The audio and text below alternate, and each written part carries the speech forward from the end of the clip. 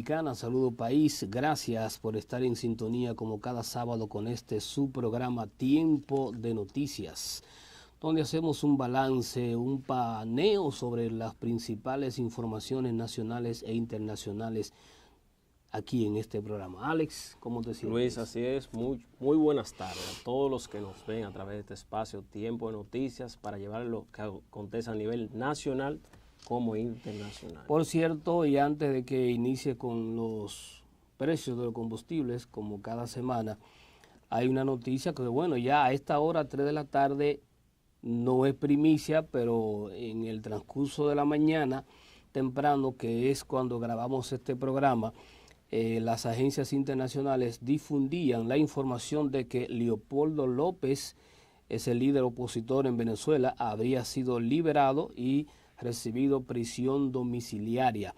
Las primeras informaciones que se divulgaron, repito, a través de las agencias internacionales, es que el opositor venezolano, Leopoldo López, ha abandonado la prisión y ha pasado a estar en una situación de arresto domiciliario, según su abogado español Javier Cremades, en un tuit hecho público este sábado, tempranito en la mañana. El opositor Leopoldo López aún no es libre, pero ya está en su casa con su mujer y sus hijos. Es una situación, una información importante en medio de la situación de convulsa, la crisis, protesta, violencia que se está dando en Venezuela en estos días a propósito de una constituyente que se propone el presidente Nicolás Maduro para modificar la constitución de Venezuela, y ya sabemos para qué, hacerse un traje a la justa medida del régimen chavista en Venezuela. Los muertos hasta ayer viernes andaban por los 91, 92 muertos ya como consecuencia de las enardecidas protestas violentas que se han estado dando en los últimos meses en Venezuela. Y yo creo que en este país de Sudamérica debería ya de producirse un desenlace, porque no es posible que sigan muriendo tantas personas en este conflicto que ninguna de las dos partes, oposición y gobierno, quieren ceder. Para el día 30 de este mes de julio está convocando el gobierno a una constituyente para modificar la constitución, pero antes, creo que el día 16 de ahora también de julio, la oposición hace la contrapartida. Incluso Maduro amenaza con someter y llevar a prisión porque lo ve como una desobediencia civil, y es lo que se está dando en Venezuela ahora. Así es. Mire, entonces los combustibles, bueno, los ¿qué dijeron? Ahora subieron luego de 5 semanas que estaban disminuyendo. Ahora la gasolina premium se venderá a 204,30 centavos, tras un aumento de 1 peso, la regular 191,20 para una subida de 2 pesos, en tanto el gasoil regular costará 142 pesos, experimentando una subida de 4 pesos. En tanto el gasoil óptimo 154,10 tras un incremento de 2 pesos. El Laptur se venderá a 104,40 por galón y el querosén a 128, ambos con un alza de 2 pesos. A su vez el full oil costará 93,05 para un aumento de 2,50 y el gas licuado de petróleo para 98 pesos, es decir, suben 2 pesos esta semana. Bueno, como siempre, el gas natural, que es mantiene su mismo precio, porque ya hemos dicho en otras ocasiones, el de menor demanda, y por eso el precio un poco no sufre subidas y bajadas. Señores, ya ustedes saben que está en el aire, debe estar en estos momentos la audiencia que se lleva a cabo en la Sala Penal de la Suprema Corte de Justicia, donde se está conociendo el recurso o los recursos de apelación de los 10 de 14 imputados en el caso de sobornos Odebrecht. Esto empezó el jueves, siguió ayer viernes, para hoy sábado se continúa y se espera que hoy termine todo el proceso. Ya se hicieron las exposiciones, los abogados, el Ministerio Público. En el día de hoy han seguido algunas exposiciones y es muy probable que la Sala Penal de la Suprema Corte de Justicia ya esté posponiendo, aplazando, enviando para el próximo lunes probablemente ya una decisión con respecto al pedido de libertad pura y simple, que es lo que están solicitando, pidiendo los encartados en el caso de sobornos de 92 millones de dólares que admite, reconoce públicamente, pagó en la República Dominicana la multinacional brasileña Odebrecht. No sé, esto un poco, uno podría especular, en algunos casos donde se podrían, es muy posible que no se anule la medida de coerción que dispuso el juez Francisco Ortega, sino que se varíe en algunos casos. Por ejemplo, el caso de César Sánchez, que indiscutiblemente e indudablemente ha estado atravesando por una situación delicada de salud.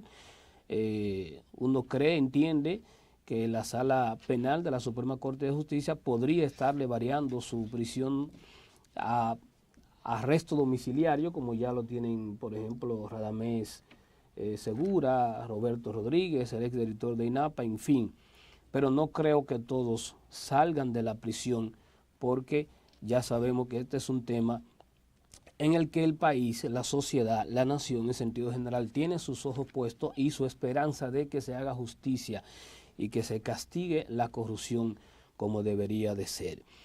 En resumen, tenemos que está en proceso el juicio de apelación de los imputados en el caso de Odebrecht. Otros titulares importantes de esta semana, pero más recientemente ayer, la Iglesia Católica exhorta al Consejo Nacional de la Magistratura que escoja jueces probos, honestos, serios e independientes. Es lo que pide todo el mundo, no solamente la Iglesia Católica. Por cierto, Monseñor Diomedes Espinal, nuevo presidente de la Conferencia del Episcopado, fue escogido ayer por la Iglesia. Proconsumidor niega existencia de arroz contaminado en el mercado dominicano. Y en ese mismo orden también el Ministerio de Salud Pública afirma que el arroz Dana, que es como se le llama el arroz de Pakistán, que se dice está comercializándose en la República Dominicana, dice Salud Pública que no está en el mercado nacional. Los altos mandos de las Fuerzas Armadas y de la Policía Nacional se reunieron en esta semana para coordinar acciones en contra de la seguridad ciudadana en el país.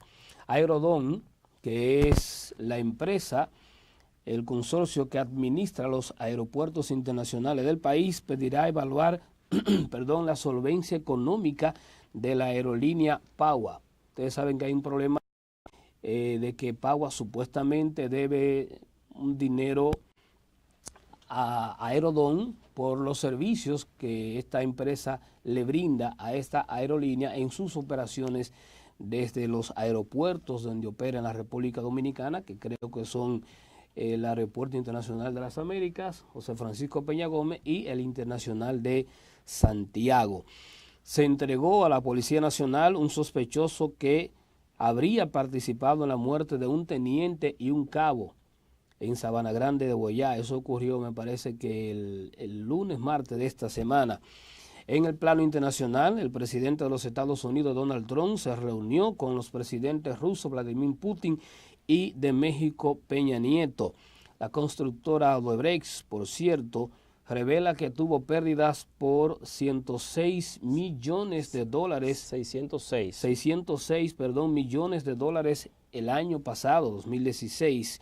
Nicolás Maduro pide a los militares lealtad absoluta y ante posibles fisuras en las Fuerzas Armadas. ¿Por qué plantea esta lealtad Nicolás Maduro? Porque ya posiblemente se estén sintiendo actitudes de no apoyo total al régimen de Nicolás Maduro, y precisamente el ministro de Defensa de Venezuela fue uno de los primeros en condenar el asalto, que es como se le puede llamar, en que incurrieron chavistas en el Parlamento de Venezuela, que es el equivalente del Congreso aquí en la República Dominicana.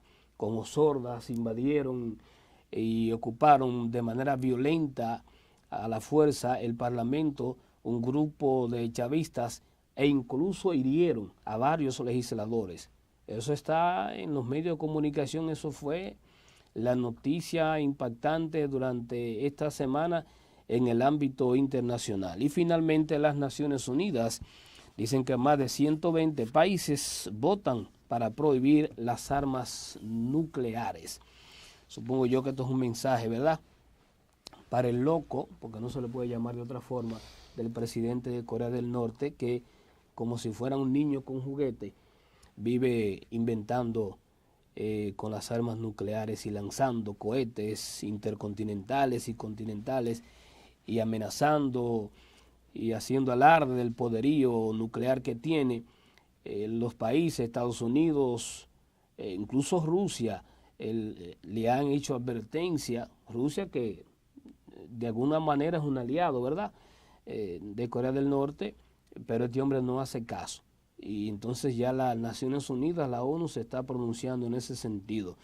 Un juez negó la libertad bajo fianza a Martinelli en proceso de extradición. Recuerden que Martinelli, el expresidente de Panamá, está preso en Miami porque había contra él una orden de captura internacional.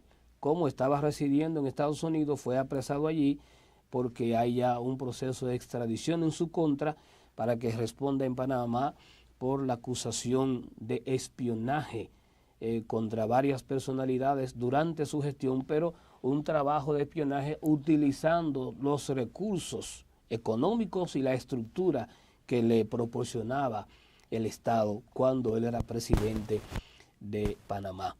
Entonces tiene un juicio pendiente en su país, no quiere afrontarlo, está preso en Miami, él está pidiendo libertad. El juez ayer se la negó. Le dice el juez que el proceso por el que él atraviesa en Estados Unidos, donde está, repito, detenido, pudiera obviarse si él voluntariamente decide irse a Panamá a afrontar la demanda judicial que tiene allí. Bueno, este es más o menos el panorama de las principales noticias nacionales e internacionales en esta semana, pero nos importa sobre todo qué va a suceder hoy con el juicio de apelación de los encartados en el caso de Odebrecht, que está supuesto a terminar creo que a las 6 de la tarde, fue lo que dispuso ayer la magistrada Miriam Germán Brito, presidenta de la Sala Penal de la Suprema Corte de Justicia. Vamos a la primera pausa. Cuando regresemos, tenemos con nosotros a un entrevistado importante de la vida política, económica de la República Dominicana. Le decimos de quién se trata al regreso.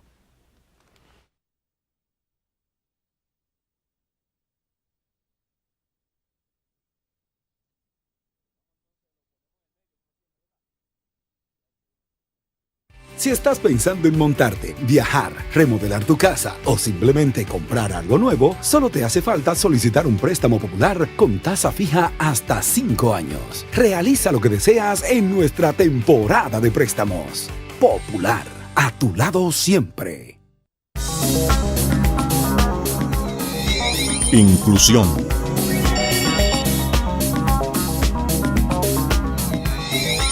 Desarrollo. Tecnología.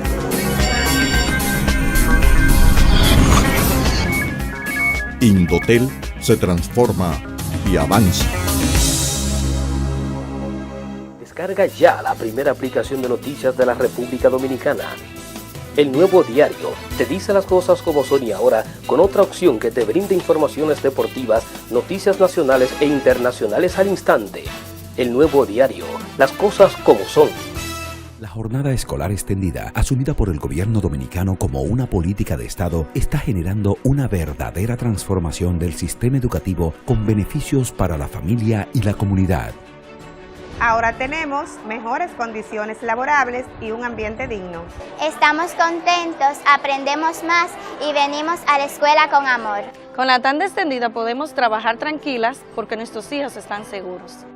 Ya suman más de 1.100.000 estudiantes que disfrutan en más de 15.000 nuevas aulas donde reciben docencia hasta las 4 de la tarde, con desayuno, almuerzo, merienda y materiales didácticos gratuitos. La finalidad es tener un sistema cabalmente incluyente y con calidad, pues como enarbola la revolución educativa del presidente Danilo Medina, la educación es el otro nombre de la libertad. Por la calidad integral del sistema educativo. Ministerio de Educación.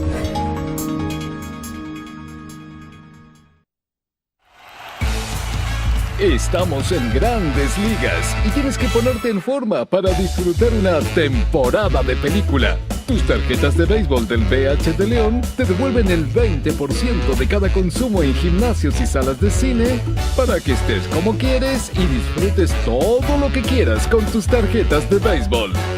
Banco BH de León, banco oficial de Major League Baseball.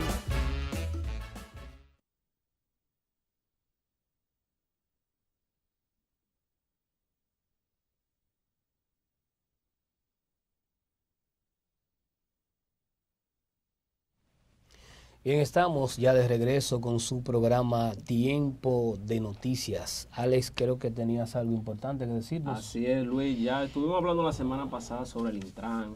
Ya el presidente Danilo Medina nombró una directora ejecutiva. Se trata de Claudia de los Santos. Claudia Francesca de los Santos. Quien fungía como viceministra del Ministerio de Obras Públicas y Comunicaciones. Y ahí duró ella, creo que casi tiene un currículum bien largo. Casi 15 años ahí en obra pública. Pues yo recuerdo, yo no sé si estaba con Hipólito, yo recuerdo que duró los 8 últimos años de la gestión del expresidente Leonel Fernández. Los 4 pasados de Danilo Medina iban 12 y este año ya prácticamente, o sea, no recuerdo si estaba antes, pero sí se le contabilizan eso y tiene una experiencia tremenda ahí en obras públicas. Sí, parece. Sí. Lo que yo no sé si ella sabe de transporte, pero ya con la nueva modalidad de que tú no tienes que ser más que un buen gerente para dirigir con éxito, con eficacia una institución. Por ejemplo, el caso del ministro de Obras Públicas, uno ve a grosso modo que lo está haciendo bien y para nada no es ingeniero. Así mismo es. Pero posiblemente ya tenga un diplomado en materia de transporte, eso fue lo que escuché, sin confirmación todavía, pero el presidente que él decidió ponerla ahí, se supone que es una evaluación, que eso no es a lo loco, un decreto no se toma así a la ligera, y él sabe que es un problema sensible, el problema de transporte en la República Dominicana, que hay que resolverlo ya. Yo pienso que con esa ley, la gente está como en el aire en la calle.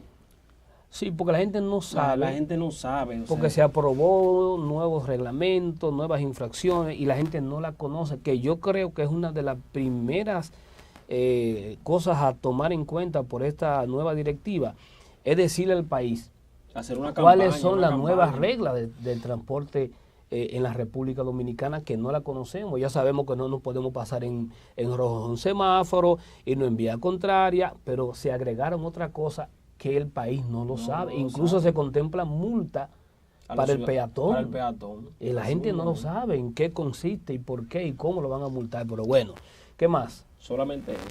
Bien, señores, tenemos con nosotros a un economista de reconocido reputación, preparación, formación en la República Dominicana. Fue director, o más bien superintendente de bancos, fue Contralor General de la República, también dirigió la Superintendencia de Valores. ¿Qué más se puede decir de él? Miembro del Comité Central del Partido de la Liberación Dominicana. Con nosotros a Ivanhoe N.G. Cortiñas. Muchas gracias, Brito. Licenciado, ¿cómo se siente? Muchas gracias, Alex. ¿Cómo está? Para mí es un honor estar por primera vez en tu programa. Tiempo de noticias. Por supuesto, y qué bueno para que hagamos noticias. La gente dice, ¿por qué el nombre Tiempo de Noticias? Bueno, porque hay tiempo para jugar, tiempo para divertirse, tiempo para pasear, para trabajar, bueno, tiempo de noticias. Hay que dedicarle tiempo. Qué bien, qué bien, qué bien. Bien, yo creo que la situación económica del país uno cree que va marchando bien, eso es lo que dicen los organismos oficiales. Sin embargo, la gente siempre se queja, vamos a decir el dominicano de a pie, siempre se queja que está mal, que no hay dinero, que el desempleo.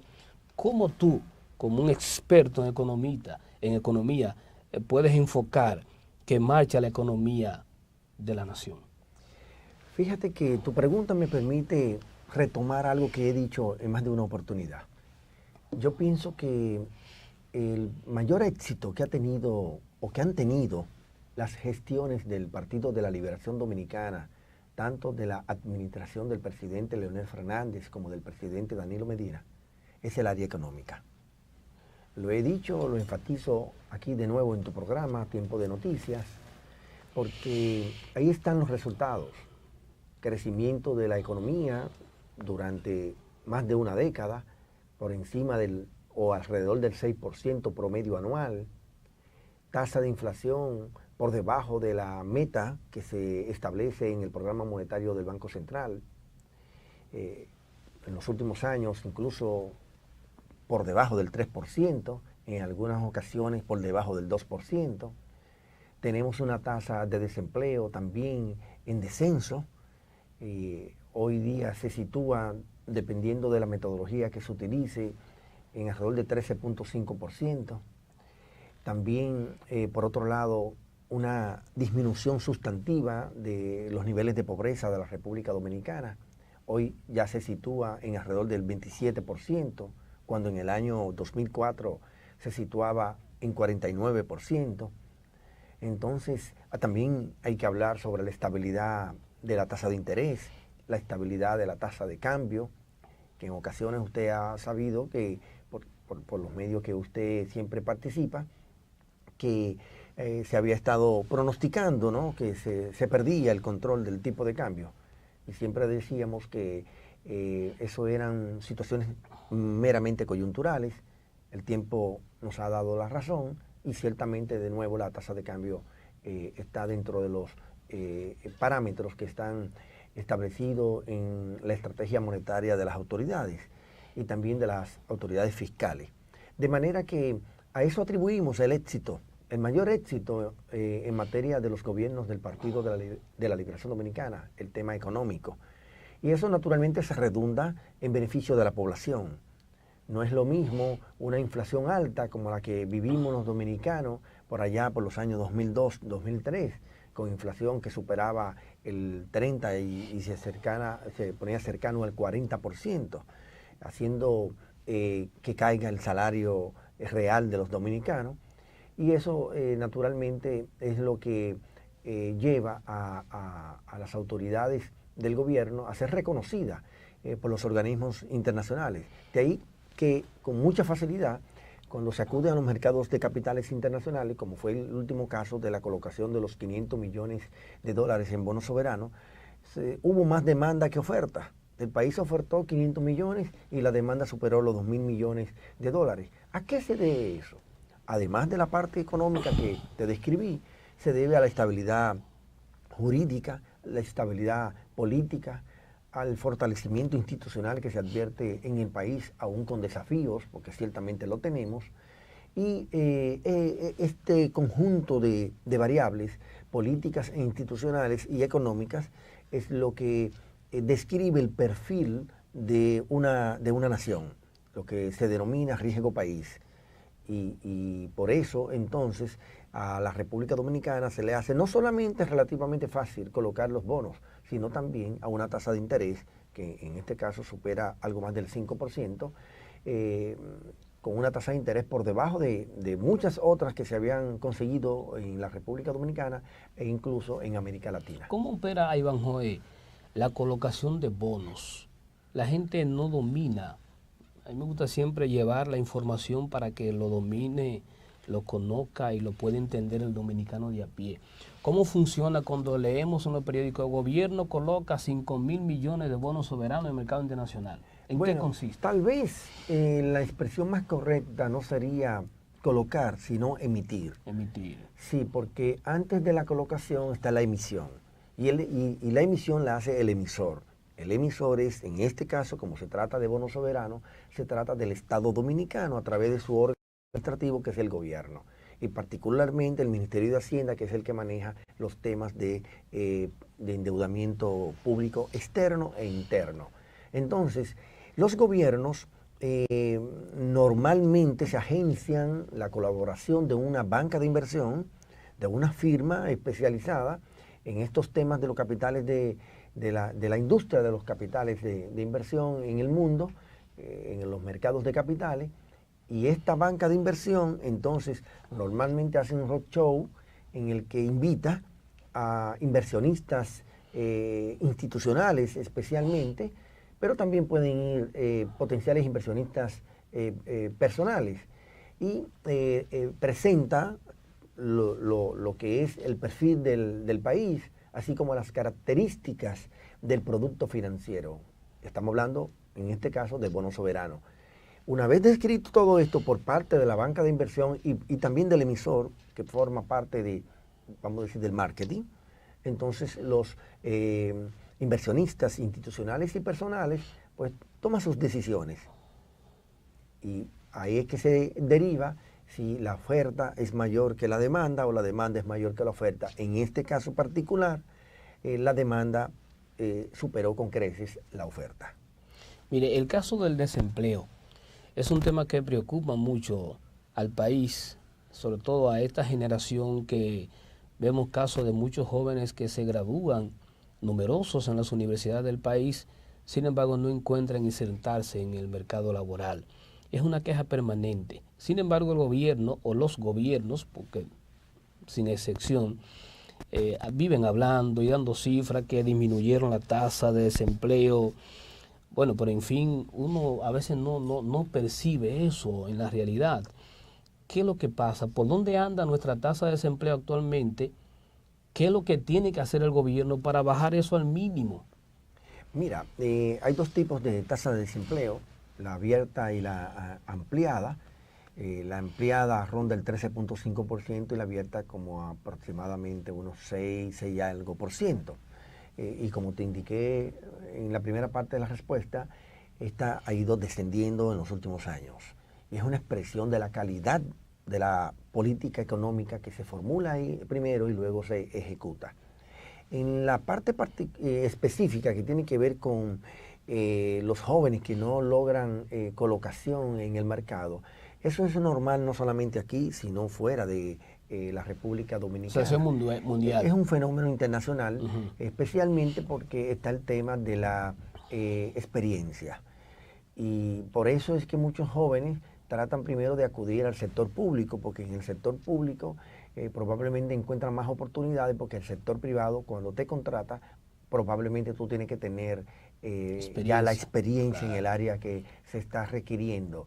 De ahí que a veces los críticos que hay acerca de la empleomanía del sector público no se dan cuenta que eso hay que verlo como un aporte social y económico que hace el gobierno cuando contrata jóvenes con nula experiencia, aunque con potencial, porque su perfil académico ya lo indica. Hay jóvenes que ya tienen doctorado en esos casos, pero tal vez no tienen la experiencia que tienen otros profesionales.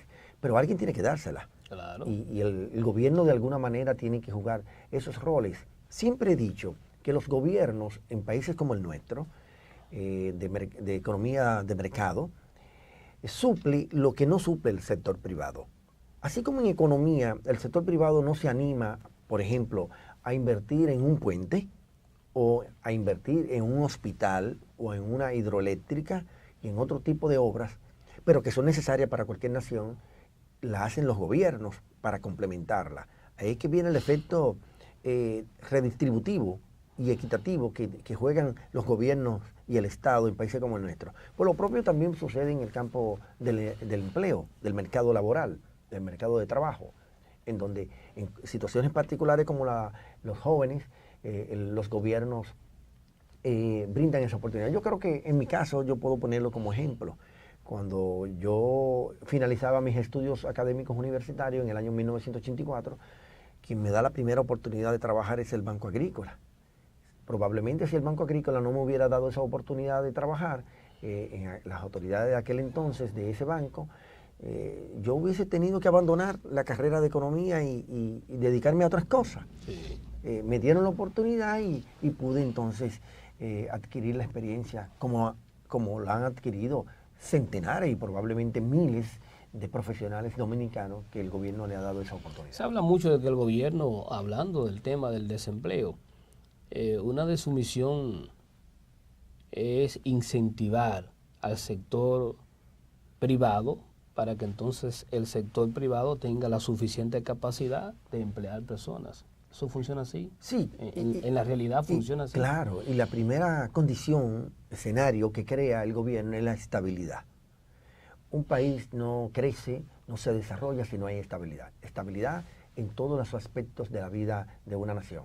Y luego de la estabilidad viene naturalmente la dinámica, el crecimiento. Y justo eso es lo que describía en la primera parte de este programa. El crecimiento que ha tenido la economía dominicana durante las gestiones de los gobiernos del Partido de la Liberación Dominicana.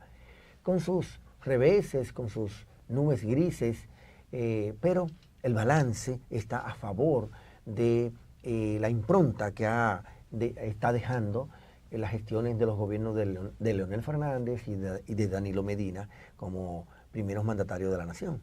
Mire, caso Punta Catalina, que dentro de todo este asunto de Odebrecht se ha convertido, yo diría que en el objeto de mayor debate, y es luego de que la comisión que designó el presidente de la República para indagar sobre la licitación y adjudicación de estas termoeléctricas en Punta Catalina, al sur del país, la comisión ha dicho que bueno, se hizo más o menos todo bien, obedeciendo a los reglamentos y a las leyes. Sin embargo, mucha gente no convencida. Pero mi pregunta va, yo estoy convencido, yo creo en el informe particularmente. Mi pregunta va dirigida en la inversión, creo que 2.000 millones, casi 2.000 millones de dólares, la construcción de Punta Catalina.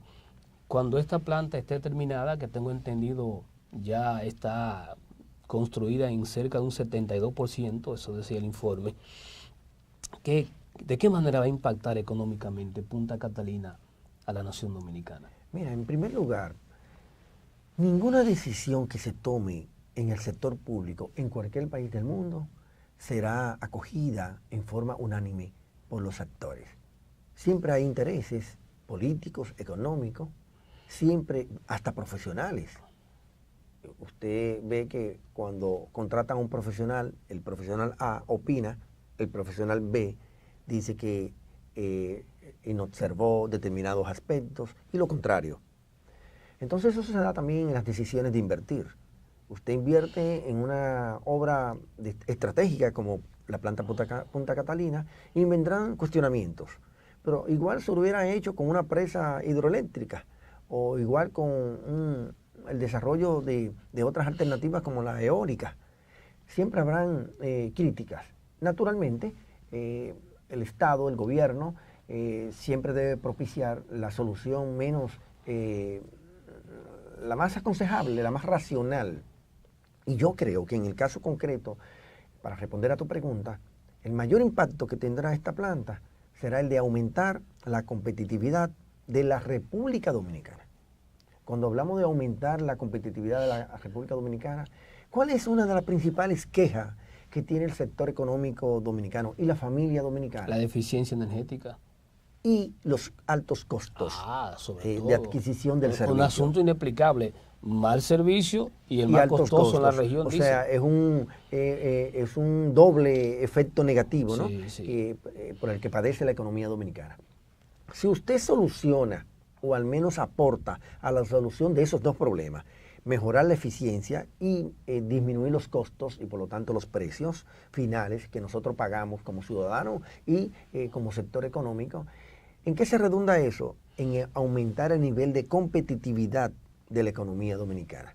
Y cuando usted aumenta el nivel de competitividad de una economía, pues obviamente podrá insertarse mejor en los mercados internacionales, incluso en el propio mercado local. Empresas podrán competir con productos importados que muchas veces se traen porque los de aquí no tienen la calidad suficiente o bien tienen precios más altos.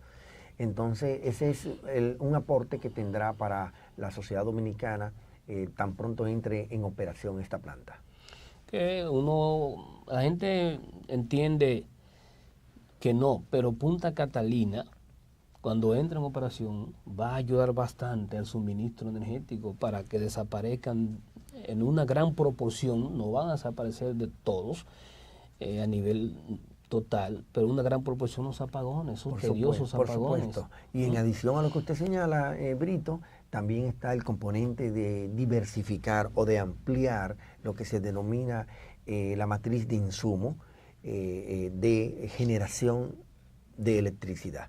Es decir, nosotros no tenemos hasta el momento generación de electricidad a partir de carbón mineral.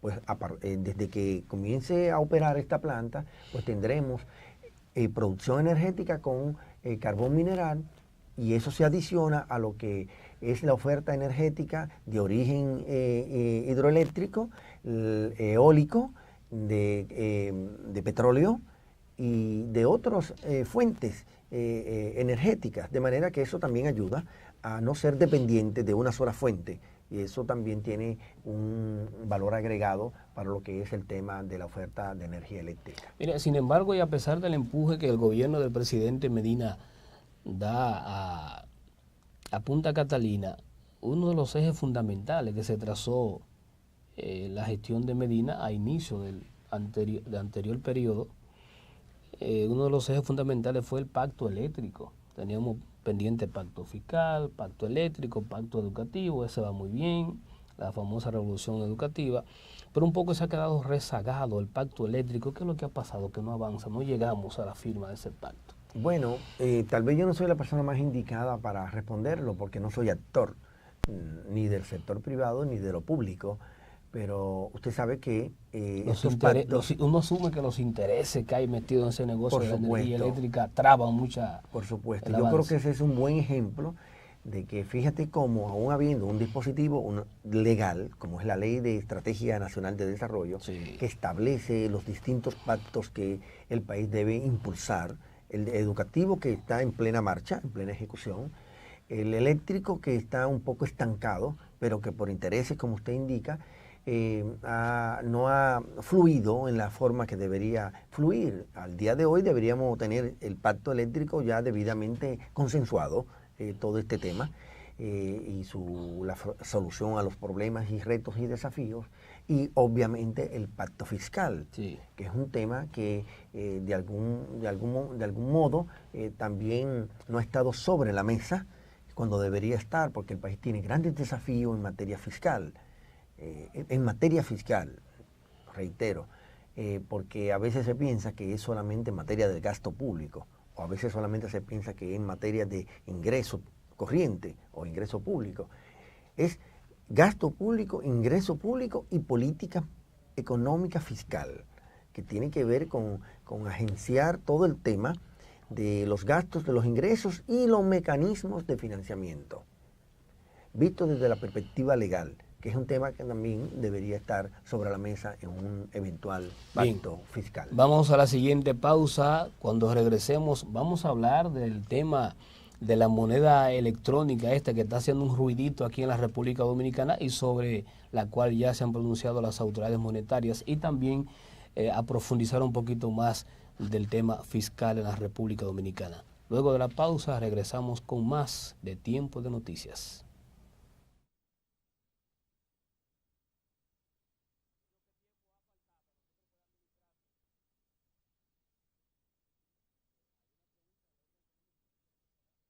Si estás pensando en montarte, viajar, remodelar tu casa o simplemente comprar algo nuevo, solo te hace falta solicitar un préstamo popular con tasa fija hasta 5 años. Realiza lo que deseas en nuestra temporada de préstamos. Popular, a tu lado siempre. Inclusión.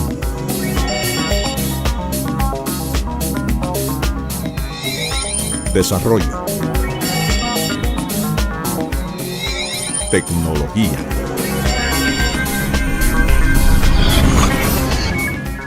Indotel se transforma y avanza.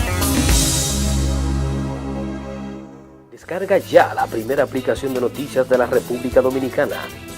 El Nuevo Diario te dice las cosas como son y ahora con otra opción que te brinda informaciones deportivas, noticias nacionales e internacionales al instante.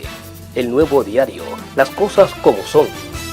La jornada escolar extendida, asumida por el gobierno dominicano como una política de Estado, está generando una verdadera transformación del sistema educativo con beneficios para la familia y la comunidad.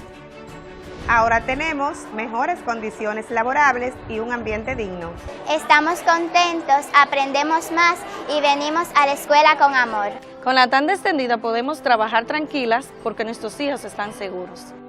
Ya suman más de 1.100.000 estudiantes que disfrutan en más de 15.000 nuevas aulas donde reciben docencia hasta las 4 de la tarde, con desayuno, almuerzo, merienda y materiales didácticos gratuitos. La finalidad es tener un sistema cabalmente incluyente y con calidad, pues como enarbola la revolución educativa del presidente Danilo Medina, la educación es el otro nombre de la libertad. Por la calidad integral del sistema educativo. Ministerio de Educación.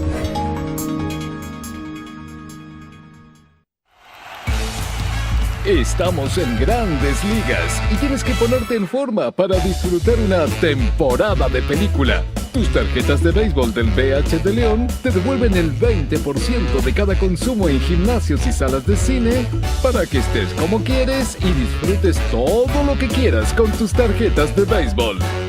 Banco BH de León, banco oficial de Major League Baseball.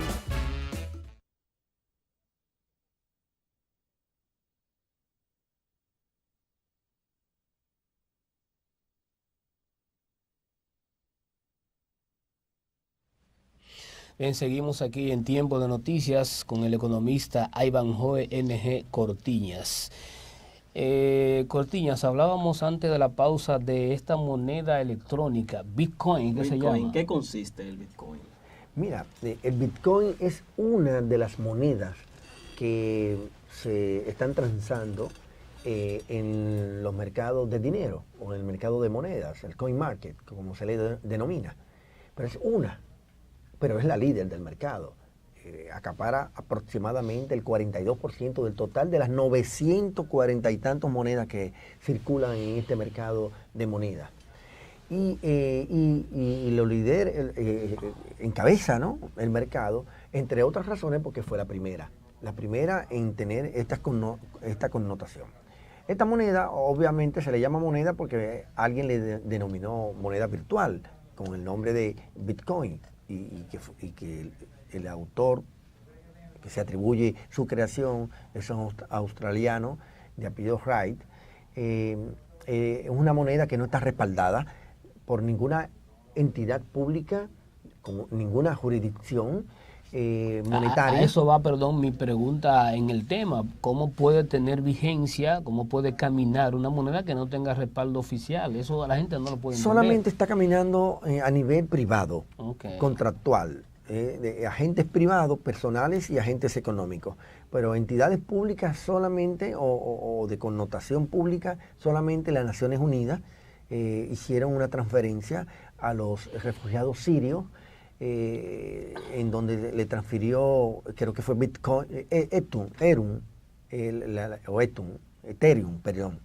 que es la segunda moneda que liderea el mercado de monedas, le hizo una transferencia de ayuda humanitaria y lo hizo en esta moneda Ethereum hace poco.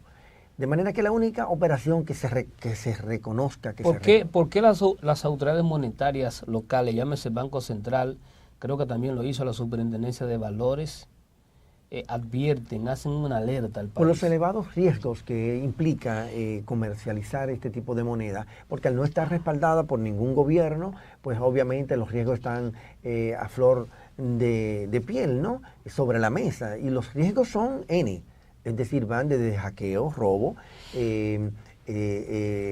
exposición a la compra de armamento ilegal, droga,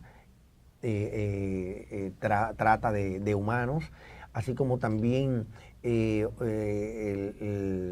tema de evasión fiscal, Es decir, es amplio el abanico de actividades ilícitas que se pueden realizar desde este tipo de operaciones. Y además también porque como no hay una regulación, no hay un marco legal que regule estas actividades por no estar amparada por ningún ente oficial, pues obviamente el nicho de riesgos es amplio para quienes participan. El que participa, y de ahí la importancia de los comunicados de las entidades públicas dominicanas, de advertir los riesgos, el que participa debe saber que está asumiendo los riesgos. Si usted participa sabiendo que existen esos riesgos, pues está bien. Es una decisión personal y cada quien es responsable de sus actos. Y agrego yo aquí que conociendo las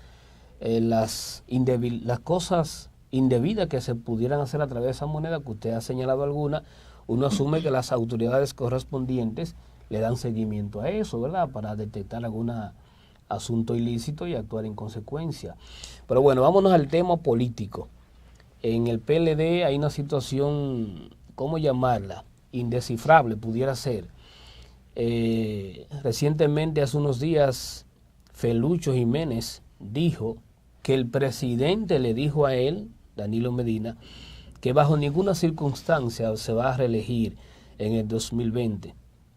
Mucha gente incrédula con esta afirmación del presidente Medina porque ya antes había dicho que no se iba a reelegir y bueno, se reeligió y ganó en el 2016. ¿Cómo esto ha caído en el PLD? ¿Qué está sucediendo en el PLD de cara al 2020? Bueno, yo en este tipo de cosas parto de lo que dijo el presidente de la República cuando fue proclamado de nuevo candidato oficial del Partido de la Liberación Dominicana de cara a las elecciones del 2016. En esa asamblea de los miembros del Comité Central y de la dirección del partido a nivel nacional, él se comprometió a no presentarse de nuevo para las elecciones del año 2020. Y ahora, conforme lo dijo este compañero Félix Jiménez, miembro del comité político, no hay por qué dudarlo, que le manifestó lo propio.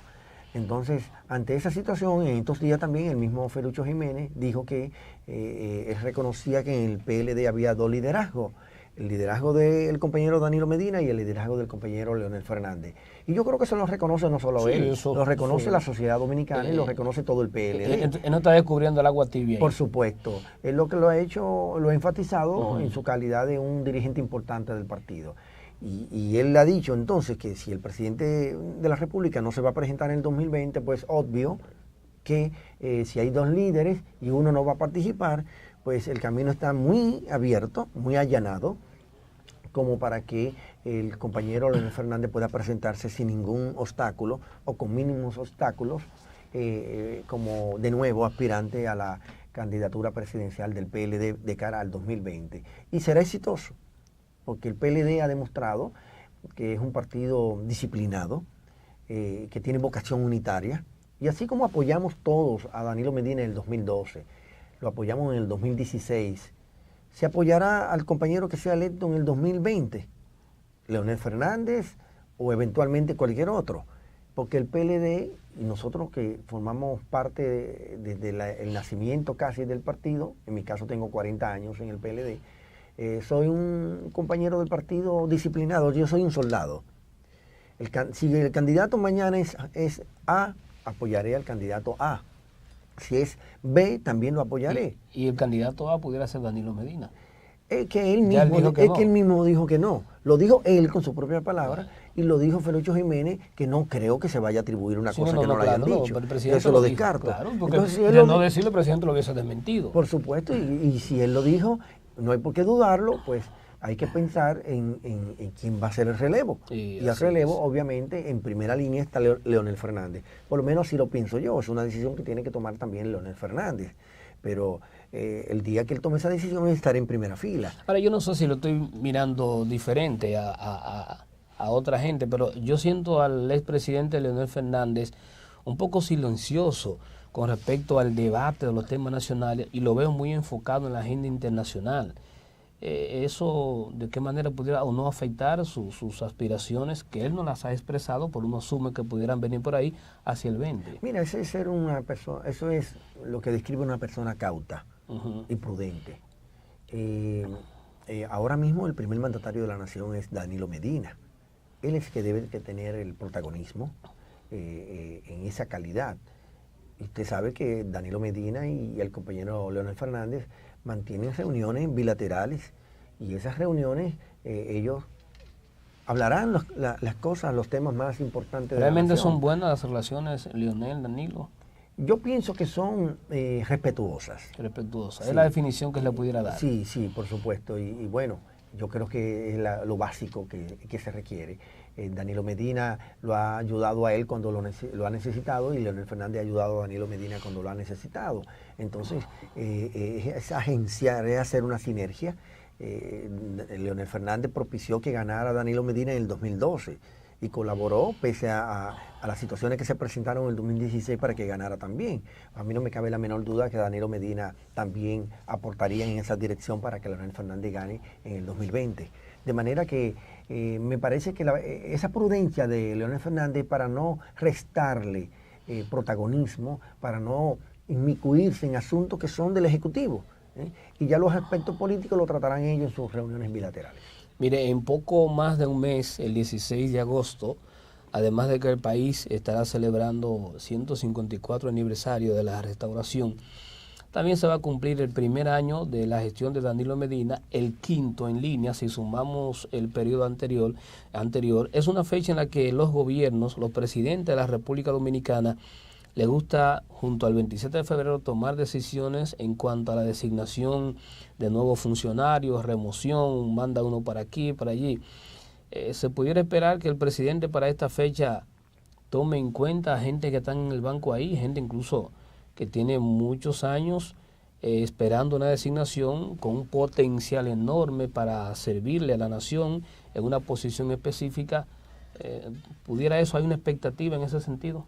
Mira, en el campo ejecutivo yo creo que el presidente de la República es el más llamado a saber cuál es la visión estratégica que se tiene desde un gobierno. Él sabrá, cuando cumpla su quinto año y el primero de este segundo cuatrienio, debe hacer los cambios que pudiera hacer eventualmente conforme a la Constitución de la República. Él sabrá y si lo hace, lo hizo bien. Y si no lo hace, también lo hizo bien porque él es el que conoce sus necesidades, sus desafíos y su visión estratégica de hacia dónde debe conducir el gobierno. En otros ámbitos del Estado Dominicano es distinto. Por ejemplo, en el Congreso de la República está el Senado y está la Cámara de Diputados, que también hay situaciones en las que, particularmente, producto del acuerdo que se llegó en el comité político, en la Cámara de Diputados debe haber una renovación de la presidencia de esta Cámara. Y yo soy partidario, a propósito de los acuerdos que se llegó en el 8º Congreso Norge Botello del PLD, que el partido siga siendo respetuoso de los acuerdos. Y eso es disciplina. Finalmente, en el último minuto que nos queda, ¿cómo podría afectar o impactar al PLD en sus aspiraciones hacia el 20 el caso de Breis?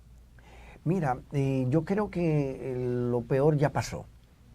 Es decir, la sociedad dominicana estuvo reclamando que se llevara a la justicia, a lo que se entendiera podían estar involucrados en este tema.